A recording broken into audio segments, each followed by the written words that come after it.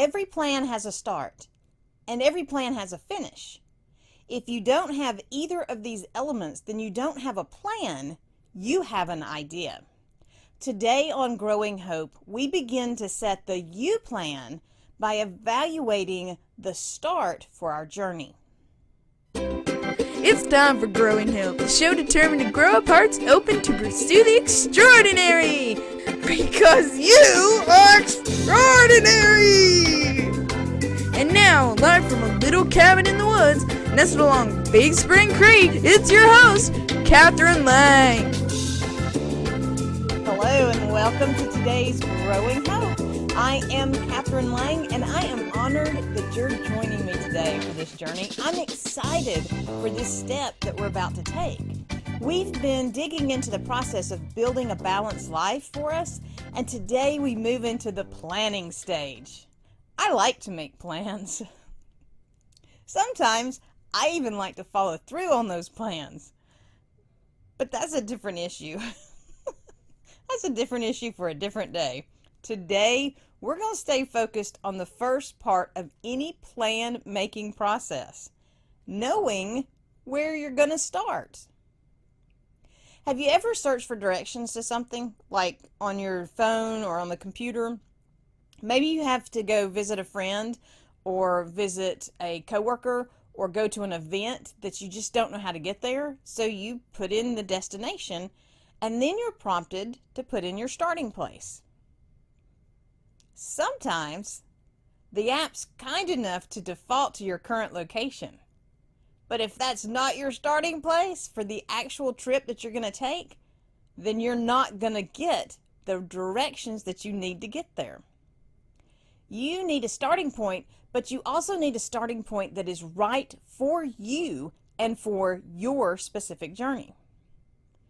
Now, you evaluate your starting place with 5 points. 1, you have to be honest about where you are. Hopefully you know where you are. 2, you have to be honest about what you have. 3, you have to be honest about what you know. 4, you have to be honest about what you can do. And 5, you have to be honest about what you will do. There's a running theme in the evaluation process. Did you happen to catch it?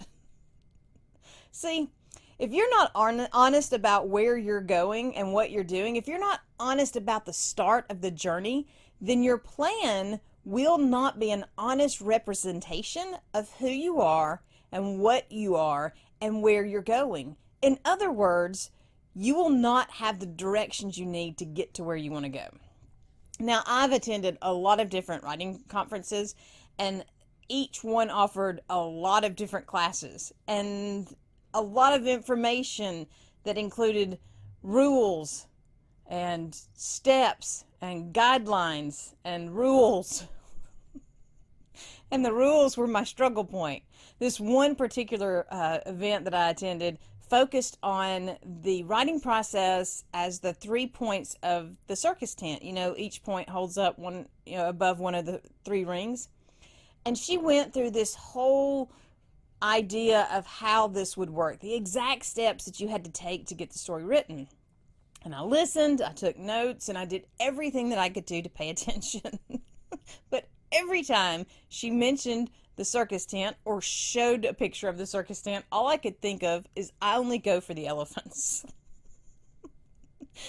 I may have mentioned that I can be easily distracted. See, the problem wasn't in her teachings, but in the idea I had to follow her way to get there. Her plan may have worked perfectly for her. It may have even worked for some of the other people in the room, but for me, all it did was make me think about elephants. Not only were we different people, but we were also in different places. And I can't follow a plan that starts at someone else's starting place. You have to know where you are so you can get to where you want to be. It's like trying to follow the directions the search engine provided that started in the place you aren't. They may be perfectly great directions, but you may also never get to where you want to be if you don't have the information that's going to tell you where to start. You have to be honest about that starting place, or what follows next can end you up in a worse place than where you started. You have to be honest about where you start, or the information that is given back to you, the directions that you receive, cannot be right because they didn't have the information that was necessary to show you where to go. You're going to have to be honest because it's up to you to define your starting place and to make your plan. Nobody else can do it for you.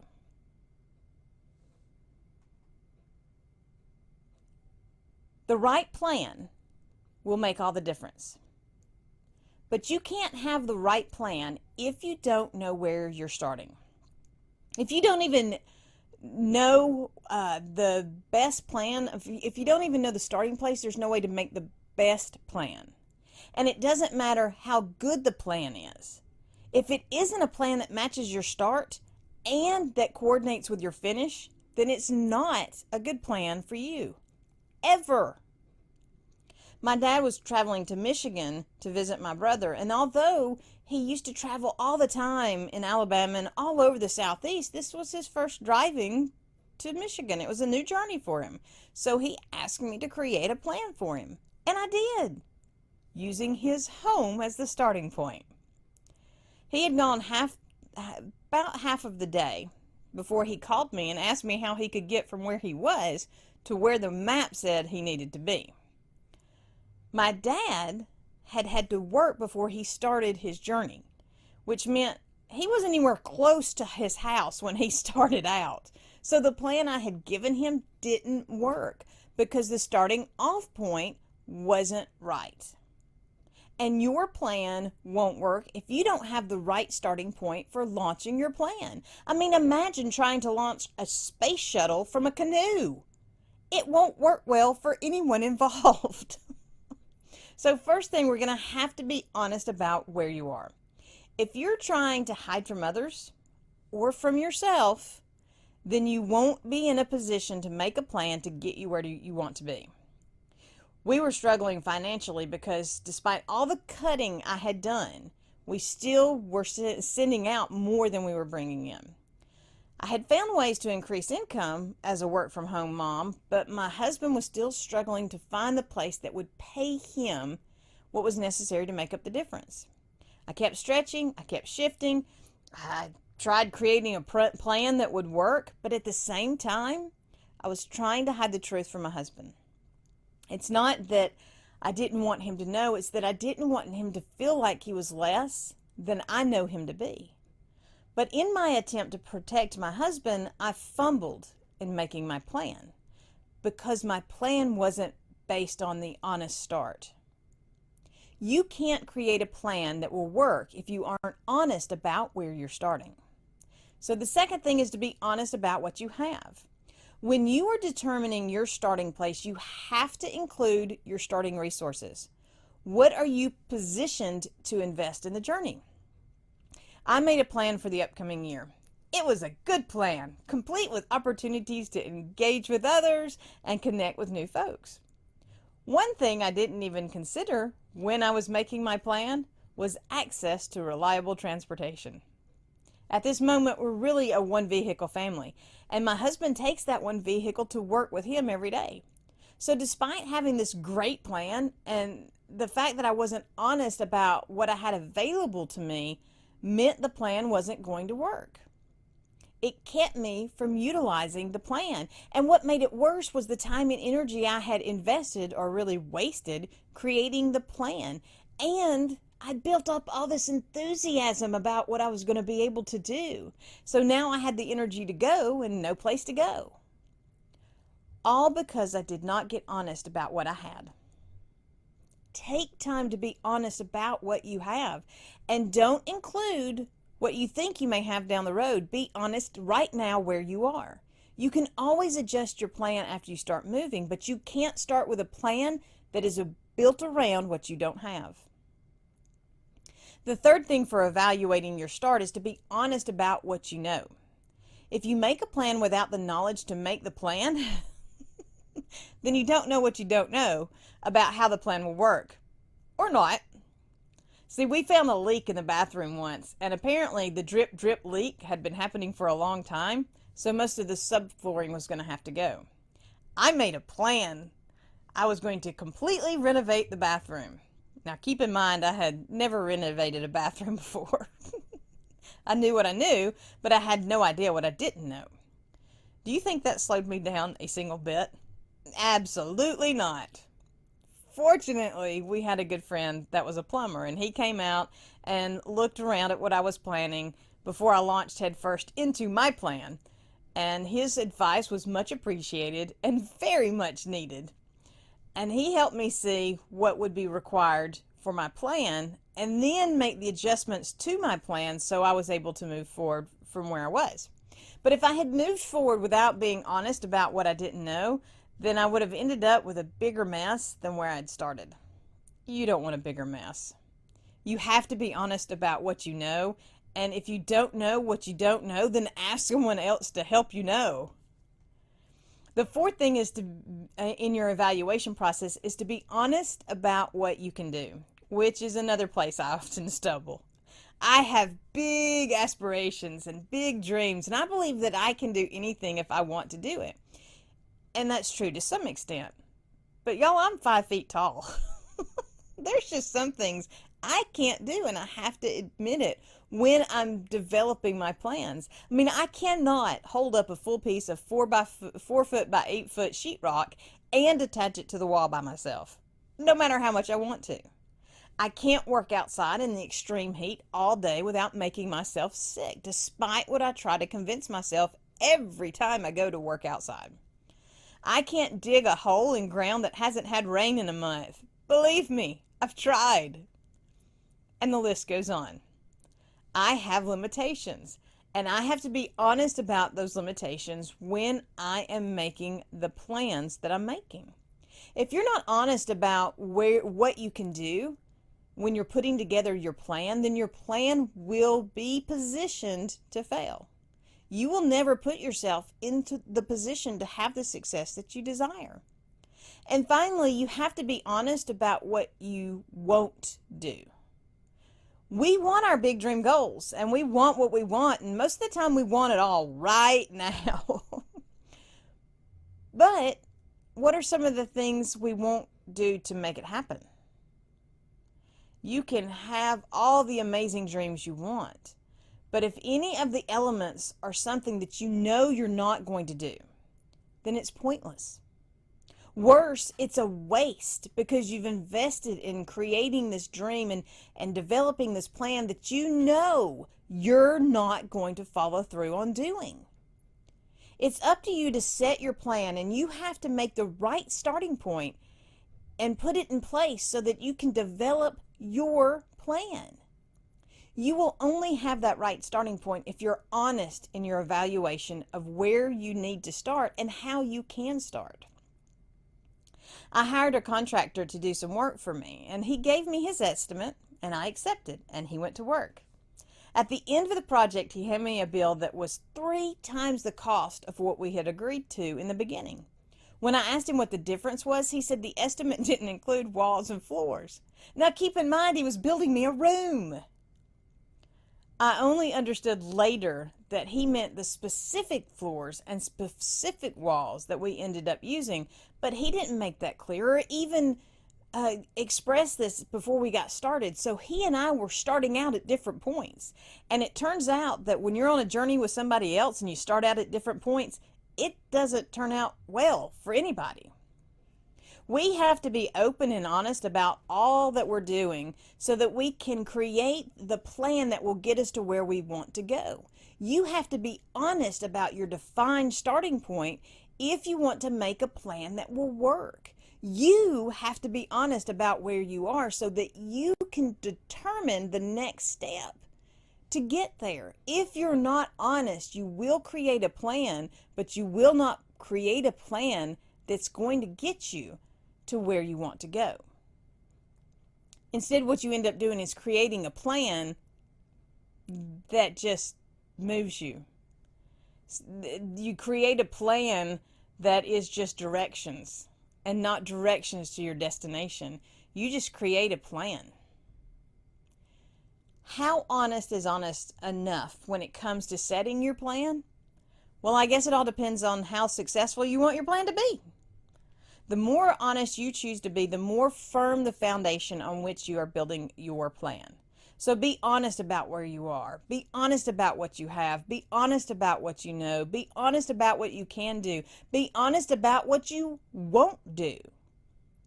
Every now and then I see someone posting pictures of them crossing the finish line of one race or another, and I think, wow, that would be fun to do.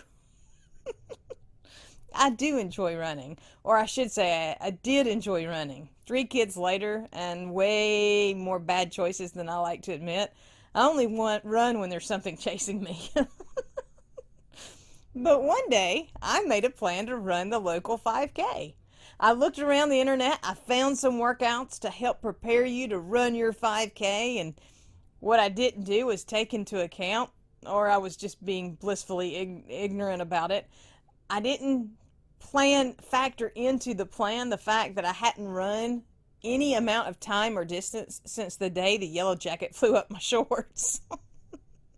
And yet, here I was, creating this great plan to run a 5K.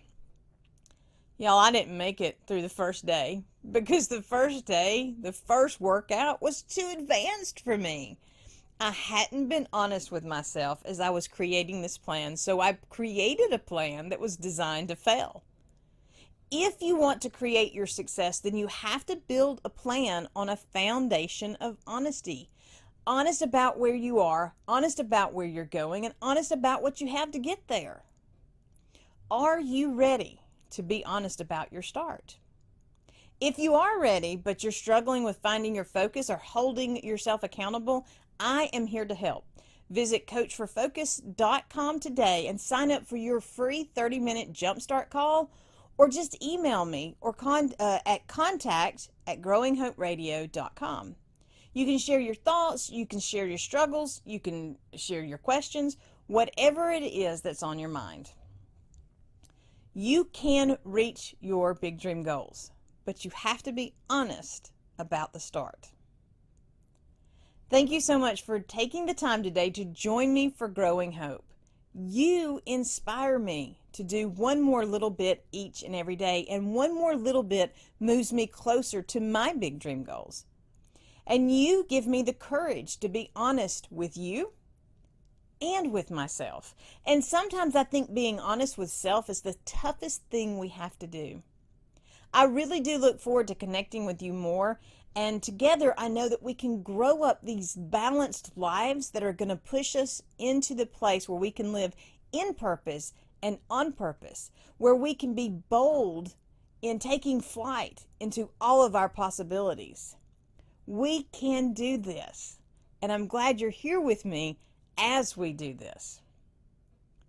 I am Kathryn Lang, and I am here to tell you that hope makes a difference, because every day holds a promise of more, and every action contains the power of possibility.